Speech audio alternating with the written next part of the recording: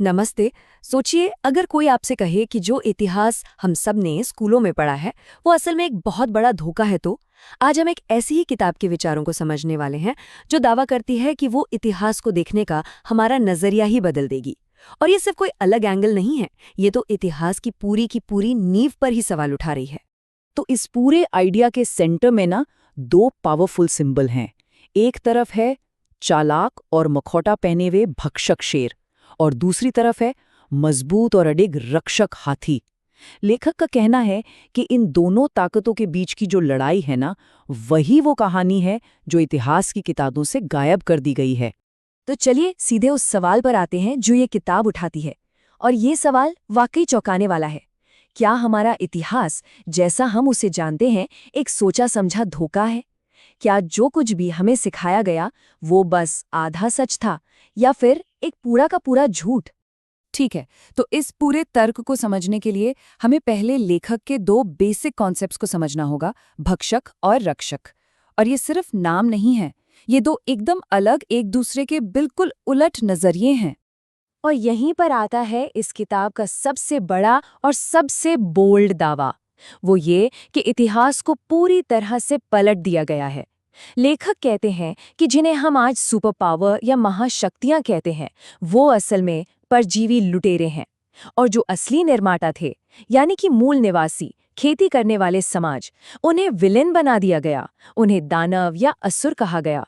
तो चलिए पहले बात करते हैं भक्षक की। आखिर ये है कौन और इसे पहचाने कैसे?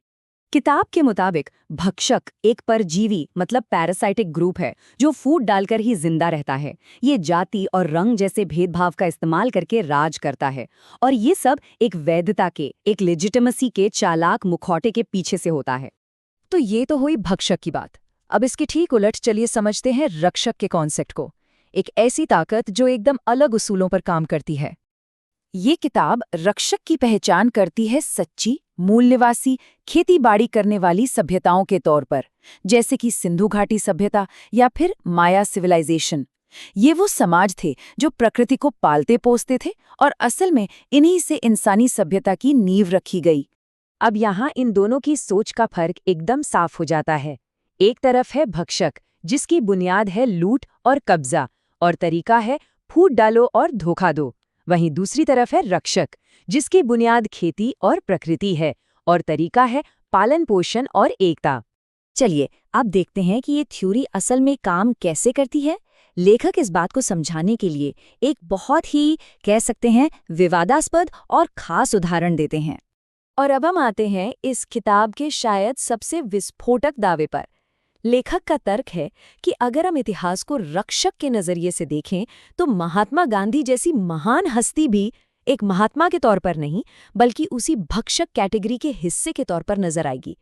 और ये बताना बहुत जरूरी है कि ये सारे गंभीर आरोप सीधे इसी किताब से लिए गए हैं। लेखक अपने दावे को सही ठहराने के लिए कई बातें बताते हैं, जैसे कि मनुवादी विचारधारा रखना, अफ्रीका में लोगों से भेदभाव करना, अपने ही परिवार का शोषण और जवान लड़कियों के साथ ब्रह्मचर्य के विवादास्पद प्रयोग।